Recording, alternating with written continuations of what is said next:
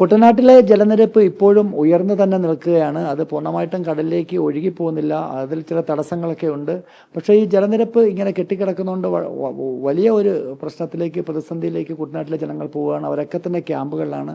അവർക്ക് ക്യാമ്പുകളിൽ നിന്നും മടങ്ങിപ്പോകാൻ പറ്റുന്നില്ല. കുട്ടികൾക്ക് സ്കൂളിൽ പോകാൻ കഴിയത്തില്ല. അങ്ങനെ ഒട്ടനവധി പ്രശ്നങ്ങളുണ്ട്. എന്നോടൊപ്പം ചേരുന്നത് കുട്ടനാട് കായൽ ഗവേഷണ കേന്ദ്രം ഡയറക്ടറാണ്. അദ്ദേഹം സ്വാമിനാഥൻ കമ്മീഷനോടൊപ്പം അദ്ദേഹം കമ്മീഷൻ ടീമിനോടൊപ്പം ഉണ്ടായിരുന്ന വ്യക്തി കൂടിയാണ്. കുട്ടനാടിനെ കുറിച്ച് ഏറ്റവും നന്നായിട്ട് അറിയാവുന്ന, ഇന്നിപ്പോൾ ഉള്ള ചെന്നൈ IIT ഒക്കെ പഠനം നടത്തിയെങ്കിൽ പോലും അതിൻ്റെയൊക്കെ അടിസ്ഥാനം സാറ് തന്നെയാണ്. കാര്യം സാറാണ് ഇത്തരം കാര്യങ്ങളൊക്കെ തന്നെ വളരെ വിശദമായിട്ട് പഠിച്ചിരിക്കുന്നത്. സാർ, ഇപ്പോഴത്തെ കുട്ടനാടിൻ്റെ ഒരു പ്രശ്നം എന്താ? വെള്ളം അങ്ങോട്ട് ഒഴുകി പോകുന്നില്ല. ഇപ്പം തോട്ടപ്പള്ളി സ്പിൽവേ അങ്ങോട്ട് കുറച്ചുകൂടെ, അത് നേരത്തെ തുറന്നിരുന്നെങ്കിൽ കുറച്ചുകൂടെ വെള്ളം പോയതിന് ആ ഒരു പ്രക്രിയ നടക്കുന്നില്ല. എന്താണ് സാറിൻ്റെ ഒരു സ്റ്റഡിയിൽ മനസ്സിലാക്കാൻ കഴിയുന്നത്? നമുക്ക് വെള്ളപ്പൊക്കം ഉണ്ടായിക്കഴിഞ്ഞാൽ വെള്ളം ഇറങ്ങിപ്പോകുന്നതിന് കൂടുതൽ സമയമെടുക്കും. കടലിലേക്ക് വെള്ളം ഒഴുകി പോകുന്നുണ്ട്. അത് എത്ര പ്രധാനമാണ്. നമ്മൾ ഈ വർത്തമാനം പറയുമ്പോഴൊക്കെ തന്നെ എല്ലാവരും വെള്ളം ഉൾക്കൊള്ളുന്നതിനെ പറ്റിയാണ് പറയുന്നത്. കായലിന് വെള്ളം ഉൾക്കൊള്ളാനുള്ള ശേഷിയില്ല. എത്രയോ വികലമായ ചിന്തയാണ്. നമ്മുടെ പറമ്പിൽ വെള്ളം കെട്ടിക്കിടന്നാൽ നമ്മൾ എന്ത് ചെയ്യും? ഉടനെ ഒരു കുളം കുഴിച്ച് വെള്ളം മുഴുവൻ അവിടെ ഉൾക്കൊള്ളിക്കുമോ? അതോ ഒരു ചെറിയ തോട് കീറി വെള്ളം പോകുന്ന സ്ഥലത്തേക്ക് ഒഴുക്കി വിടുമോ? അപ്പം നമ്മൾ സംസാരിക്കേണ്ടത് ഏറെയും വെള്ളം ഒഴുക്കി വിടാനുള്ള സൗകര്യങ്ങളെ പറ്റിയാണ്. വേമ്പനാട്ട് കായലിൽ വെള്ളം എത്തിയെങ്കിൽ വെള്ളം കടലിലോട്ട് ഒഴുകിപ്പോകാത്തത് എന്താണെന്ന് നമ്മൾ ആലോചിക്കണം. ഒഴുകിപ്പോകുന്നതിന് ഏതെല്ലാം വഴികളുണ്ട് എന്ന് നമ്മൾ ചിന്തിക്കണം. അവിടെ എന്തെല്ലാം തടസ്സങ്ങളുണ്ട്, അതെന്ത് ചെയ്താൽ വേഗത്തിൽ ഒഴുകിപ്പോകും എന്നതിനെ പറ്റിയാണ് ആലോചിക്കേണ്ടത്. ഞാനത് പലപ്പോഴും പറഞ്ഞിട്ടുണ്ട്. കായൽ വെള്ളം കണ്ടെയ്ൻ ചെയ്യാനുള്ള സ്ഥലമല്ല, കൺവേ ചെയ്യാനുള്ള സ്ഥലമാണ്. കൊണ്ടുപോകാനുള്ള ഒരു ഇടം മാത്രമാണ്. അതുകൊണ്ട് അങ്ങനെ കാണണം. പിന്നെ നമ്മുടെ തോട്ടപ്പള്ളിയെ പറ്റിയും നമുക്ക് പ്രധാനമായിട്ട് വെള്ളം ഒഴുകി പോകാനുള്ള സൗകര്യം എന്ന് പറയുന്നത് കൊച്ചി ബാർമൗത്ത് അഴിയാണ്. അഗാധമായി കുഴിച്ചിട്ടുള്ള കപ്പലേറി വരുന്ന അഴിയാണ്. അതേപോലെ നമുക്ക് തോട്ടപ്പള്ളിയിൽ അഴിയാക്കാൻ കഴിയില്ല.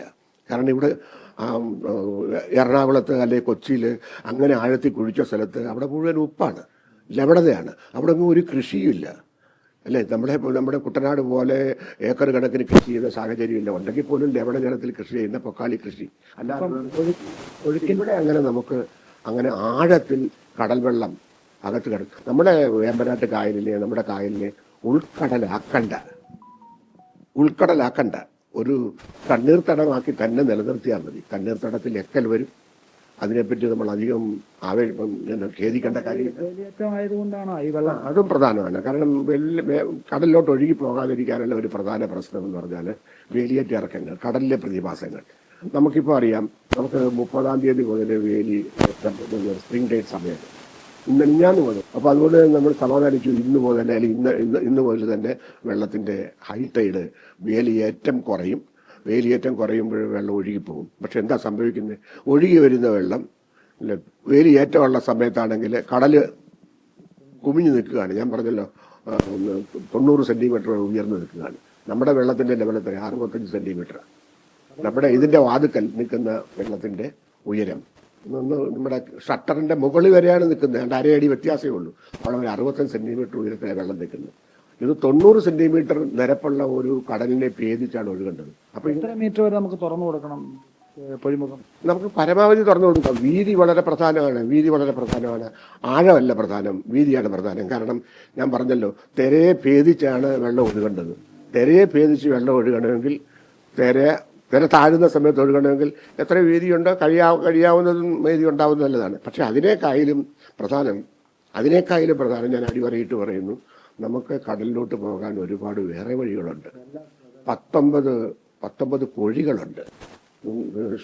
നന്നായിട്ടറിയാം. നമുക്ക് ഇവിടെയുള്ള ഭൂമിയും പൊഴി, അല്ലെ? അതിനപ്പുറത്ത് വാടപ്പൊഴി, അങ്ങനെ 21 പൊഴികളുണ്ട്. ഈ പൊഴികളൊക്കെ അടഞ്ഞു കിടക്കുക. വേമ്പനാട്ട് കായലിൽ വെള്ളം കടലിലോട്ട് കളയാൻ വേണ്ടി ഉള്ള ഇത്രയും പൊഴികളുണ്ടായിട്ട് നമ്മളതൊന്നും സജ്ജീകരിച്ചിട്ടില്ല. ഞാൻ മറ്റൊരു കാര്യം കൂടി പറയാം. നല്ലപോലെ തോട്ടപ്പള്ളി ഭാഗത്തു നിന്ന് വെള്ളം ഒഴുകിപ്പോകുന്ന മറ്റൊരു വഴിയാണ് കായംകുളം കായലിലേക്ക്. അതായത് നമ്മുടെ TS കനാൽ, അല്ലേ? ആ TS കനാലിലൂടെ വെള്ളം കൊല്ലത്തിലുള്ള അതിലൂടെ വെള്ളം ഒഴുകി നമ്മുടെ വലിയഴിക്കൽ അല്ലെങ്കിൽ കായംകുളത്തെത്തുമ്പോൾ, കായംകുളത്ത് ഫിഷിംഗ് ഹാർബറാണ്. അവിടെ കടലിൻ്റെ തടസ്സമില്ല.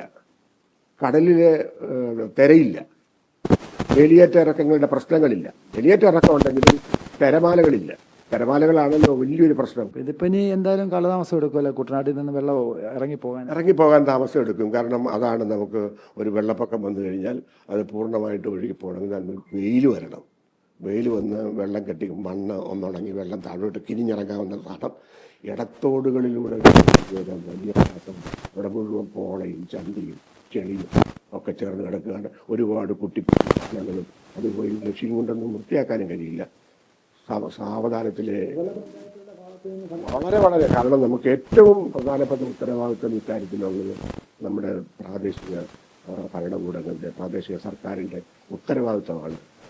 ഒരു സ്ഥലത്തെ ഫ്ലഡ് അറ്റ്ലസ് കണക്കാക്കി എൻ്റെ ഗ്രാമത്തിൽ എവിടെയൊക്കെയാണ് വെള്ളപ്പൊക്കത്തിന് ഒഴുക്കിന് തടസ്സമുണ്ടത് അത് വൃത്തിയാക്കാൻ നമുക്ക് കഴിയണം.